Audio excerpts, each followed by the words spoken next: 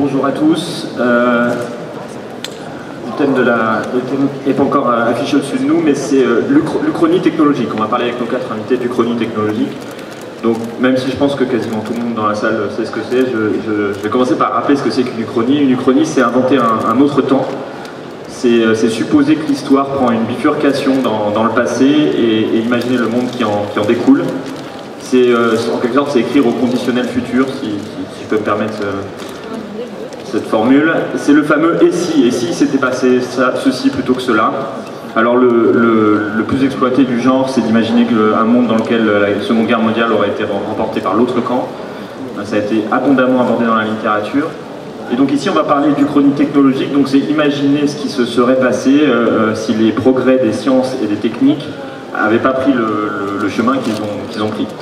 Et dans ce domaine-là, il y en a aussi une, je pense, qui domine un peu le marché, en tout cas le marché de la science-fiction au sens large, c'est le steampunk, qui, en très gros, et on pourra éventuellement revenir sur une définition si on en a besoin, le fait que la révolution, disons, électrique et ou chimique n'a pas lieu, l'énergie reste extrêmement mécanique et thermodynamique, et la machine à vapeur est la machine qui domine le champ technologique. Alors pour parler de ça, on a quatre invités. Je vais commencer de gauche à droite. Il y en a une qui se cache.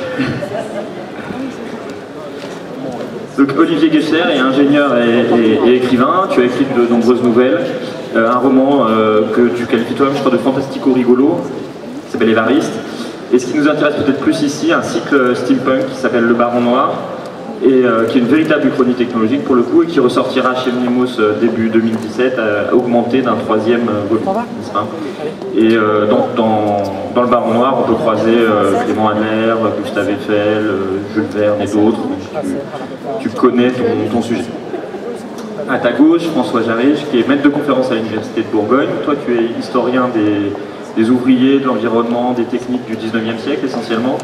Tu as publié plusieurs ouvrages sur l'histoire des techniques, et peut-être celui qui est le plus en lien avec le thème, c'est La modernité des enchantés, qui revisite l'histoire du 19e siècle, en particulier sous l'angle du progrès et du charbon, c'est ça? À ta gauche, Sylvie Alouche, qui est philosophe, maître de conférence à l'Université catholique de Lyon. Toi, tu t'intéresses principalement à l'avenir de l'humanité. Ouais, c'est très simple. Au transhumanisme, à l'intelligence artificielle, à tous ces enjeux qui sont liés au progrès et donc éventuellement à une uchronie technologique. Et pour finir, à ta gauche, donc à votre extrême droite, sans jeu de mots, je te la fais celle-là. Alain Damasio, toi tu es romancier, tu es célèbre pour le best-seller La Horde du Contrevent, qui a eu le Grand Prix de l'Imaginaire il y a déjà une dizaine d'années. Cette année est paru aux éditions La Volte Le Dehors de toute chose, qui est un opus, je crois, assez engagé, hein, sur ou plutôt contre l'hégémonie du contrôle, entre autres du contrôle technologique justement. Une autre chose qu'on peut signaler, c'est qu'avec Norbert Merjanian, tu étais commissaire de l'exposition de la Biennale internationale de Saint-Étienne sur l'avenir du travail. Et donc on attend un recueil sur ce thème à la Volte l'an prochain, qui devrait aborder des questions qui sont connexes du thème de cette table ronde. Alors, pour démarrer, je vais juste vous demander de réfléchir un petit peu sur donc pourquoi le steampunk, quoi. Pourquoi c'est cette uchronie technologique-là qui remporte un succès, un franc succès. Pourquoi ce sont les machines à vapeur qui ont réussi à envahir le champ, alors qu'elles ont concrètement été remplacées par autre chose dans le vrai monde, quoi. Si je peux me permettre d'ouvrir le bal, juste parce que je suis à côté de lui. Enfin, pour moi, je vais résumer en 2-3 mots, c'est la vapeur, c'est cool. Il y a une esthétique, on en reparlera à 5 heures pour ceux qui veulent revenir. Il y a une esthétique derrière qu'on ne retrouve pas vraiment avec un moteur électrique, même si on peut tricher en mettant des lumières vertes autour. Il y a un côté, le côté romantique du bricoleur qui peut fabriquer sa chaudière et qui peut, genre adhère et son moteur à vapeur. C'est un truc que ça ressemble même pas à un moteur à vapeur. Si vous regardez le moteur de son avion, c'est hallucinant. C'est un assemblage de tuyaux, on dirait un orgue. Et donc pour moi, l'esthétique fait que ça, quand même, ça aide à accrocher. Et ensuite, pour le point de vue historique, c'est facile. Il n'y a pas besoin de tricher beaucoup. C'est-à-dire qu'on peut décider qu'on ne s'intéresse pas à l'électrique, point, et on reste sur la vapeur. On peut décider qu'on avance plus tôt, des choses comme ça, alors que si vous voulez faire une chronique biologique, là ça commence à devenir très difficile à justifier d'un point de vue historique. Bon, bah, moi je suis historien de service, donc je ferai une réponse d'historien. L'Uchronie, c'est vrai qu'il faut rappeler brièvement que c'est un genre qui émerge dès le 19e siècle, notamment l'un des premiers récits uchroniques, c'est sous la monarchie de Juillet, dans les années 1830, c'est un auteur qui publie un texte qui imagine que Napoléon a gagné la campagne de Russie, et le monde, il instaure une sorte d'empire universel, et jusque dans les années 60-70, globalement, l'Uchronie est davantage un genre qui a à voir avec les grands changements de régime politique, les grandes bifurcations historiques dans l'ordre politique, et à partir des années 70, pour le dire sans doute un peu très vite, surtout que je ne suis pas du tout spécialiste du steampunk, mais à partir des années 70, il me semble que voilà, il y a l'Uchronie technologique qui tend à s'imposer, à l'emporter sur les autres formes d'Uchronie qui dominaient auparavant le genre. Alors pourquoi ? Au-delà de la question esthétique, moi j'insisterai sur un autre aspect complémentaire, c'est que on est au moment où l'Uchronie technologique apparaît, c'est dans les années 60-70, le steampunk apparaît, enfin le mot apparaît avant je crois, mais se diffuse dans les années 80 assez fortement, les grands best-sellers du genre apparaissent dans les années 80, et je crois que c'est assez caractéristique d'un moment de désorientation du monde énergétique. C'est-à-dire que le steampunk ne peut pas être isolé des crises énergétiques des années 70 qui font qu'une multitude d'individus, d'acteurs, d'institutions, de pouvoirs politiques s'interrogent sur les trajectoires énergétiques en cours, sachant que la trajectoire du pétrole et du charbon apparaît comme, pour des raisons écologiques, environnementales et de finitude des ressources, apparaît comme non durable, et donc ça amène à s'interroger. Il me semble que les auteurs de science-fiction, de leur force, c'est de toujours refléter dans leurs écrits, dans leur imaginaire, des préoccupations très vives de leurs contemporains. J'aimerais juste dire un dernier point, mais je serai très bref parce que sinon je vais être trop long. Un deuxième point qui me paraît important, quand on dit que la vapeur et le charbon ont disparu de notre monde, évidemment, il faudrait introduire une petite nuance. Il n'y a jamais eu autant de charbon. Il n'y a jamais eu autant de charbon, et les technologies du charbon n'ont jamais été aussi importantes dans le monde, y compris pour fabriquer de l'électricité avec des centrales thermiques. Donc il me semble qu'il y a un point très important.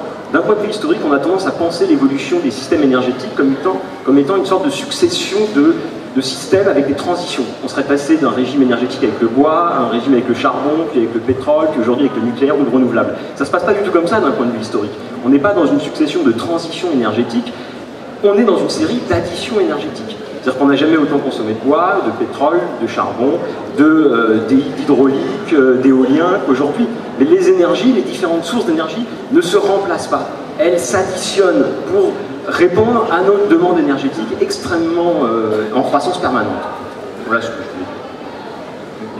voulais. Tu supposes qu'il y a une espèce de nostalgie en fait, qu'on est peut-être revenu à la vapeur parce que le contexte énergétique était dangereux. Mais oui, je crois que... Donc aussi c'était mieux avant. Mais en fait ce qui se passe, c'est que dans les années 70, ce qu'il faut bien voir, c'est que c'est le moment où la vapeur et ses effets disparaissent, notamment du monde occidental. Disparaissent apparemment. Notamment les pollutions urbaines liées à la consommation du charbon en ville tendent à diminuer assez fortement à partir des années 50-60.